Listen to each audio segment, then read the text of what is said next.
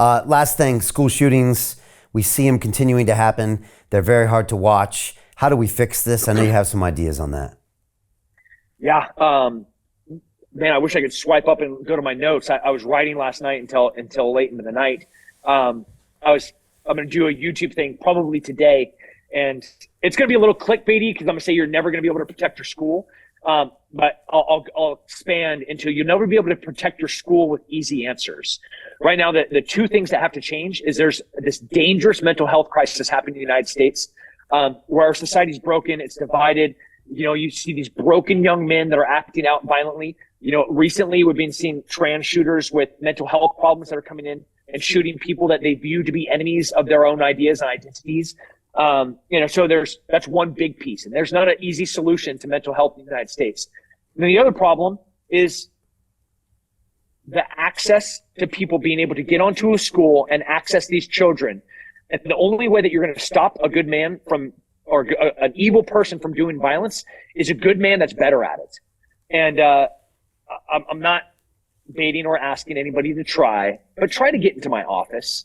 Go give it your best junior college try and see if you can make it past our little kill box where you walk through the front door and you're stuck inside of a bulletproof room that has cameras. And on the other side of those walls is a bunch of dudes like me. You won't make it 2 feet. In truth, you won't make it out of the parking lot. I'm not going to talk about what we have at my school, but my school is safe. And my school is safe because I took intentional measures to ensure that you're not going to make it out of the parking lot getting near my school. And I think you can do both of these things at the same time. You can make schools safe and you can address the mental health crisis that's happening while preserving the most important thing, which is our freedoms.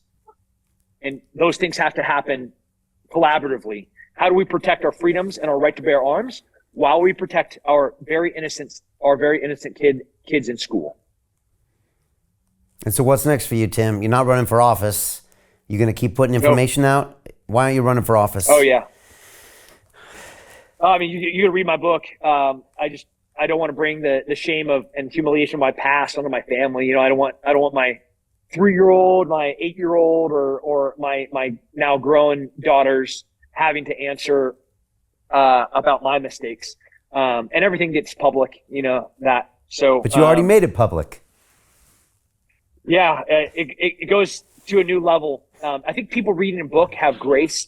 There's no love in politics. Yeah, I know. And they'd come for me and my family. And not all of my mistakes are in those books. There's many more. The mistakes in the book just help tell a story, and then the other mistakes in life are just bad. And so you're looking at any and all ways of making change, from your continued, military service to teaching to posting content to all the other crazy things you do. Yeah. So Save Our Allies, I kind of have in the middle is the idea, this mission of preserve and protect human life. And then there's these lines that you could draw out directly from it. The school, Apogee Cedar Park, and apogeestrong.com. That's the educational wing of it. Me empowering people to learn how to protect themselves. That's Sheepdog Response, right? Save Our Allies is the philanthropic wing, where that's why I went to Afghanistan to help evacuate those people and to go to Ukraine to provide humanitarian aid.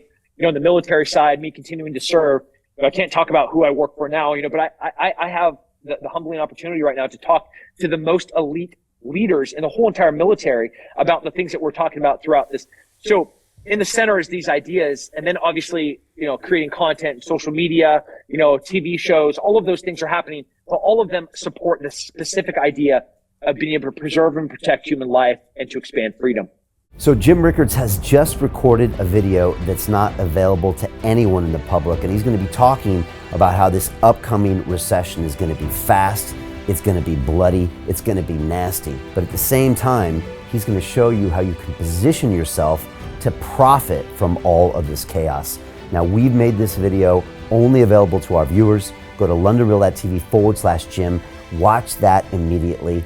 I can't say enough good things about Jim Rickards. He understands the global economic system better than any guest I've ever had on London Real.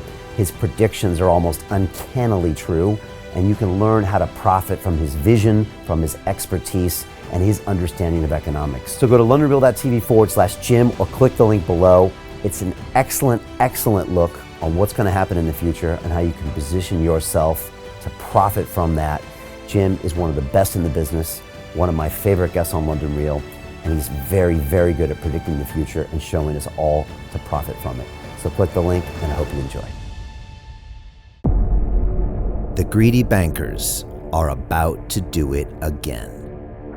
In 2008, they crashed our financial system and nearly bankrupted the entire global economy. Then they received trillions of dollars in government bailouts. And after, they demanded fat bonuses paid for by you, the taxpayer. It turns out the banks haven't just been screwing the American taxpayers, they're also screwing over their investors. Turns out the banking industry is the worst place you could put your money, despite enormous taxpayer bailouts.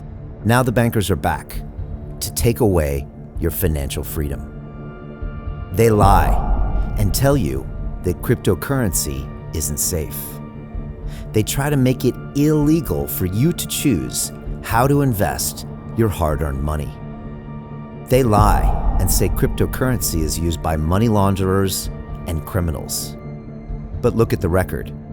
It's the banks themselves that launder hundreds of billions of dollars every year to the biggest criminal operations in the world.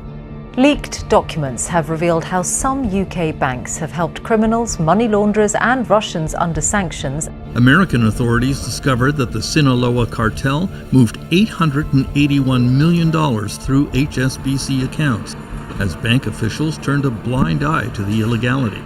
The bankers lie and say cryptocurrency is not a real investment.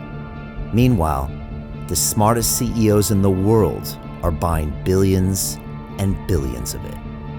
The truth is that banks lie about cryptocurrency because it makes them scared. The banks take $9 trillion per year of your hard-earned money, and they are worried that they will finally be exposed. They're scared because crypto means they can no longer control your money, which means they can no longer control you. They are scared because you might actually understand your money and intelligently decide what to do with it. Now is the time for us to come together, fight back, and take control. It's time to educate ourselves, our families, and our communities. Because financial education means financial freedom. We know that cryptocurrencies will help us build the new decentralized financial system of the future. A banking system that is of the people, by the people, and for the people. A banking system where access to finance is a fundamental human right.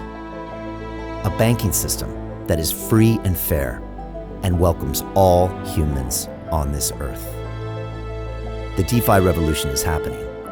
We, the people, can no longer be fooled. We choose to take control of our finances. We choose to take control of our freedom. We choose to take control of our future. Join us, and let's take back our financial freedom forever.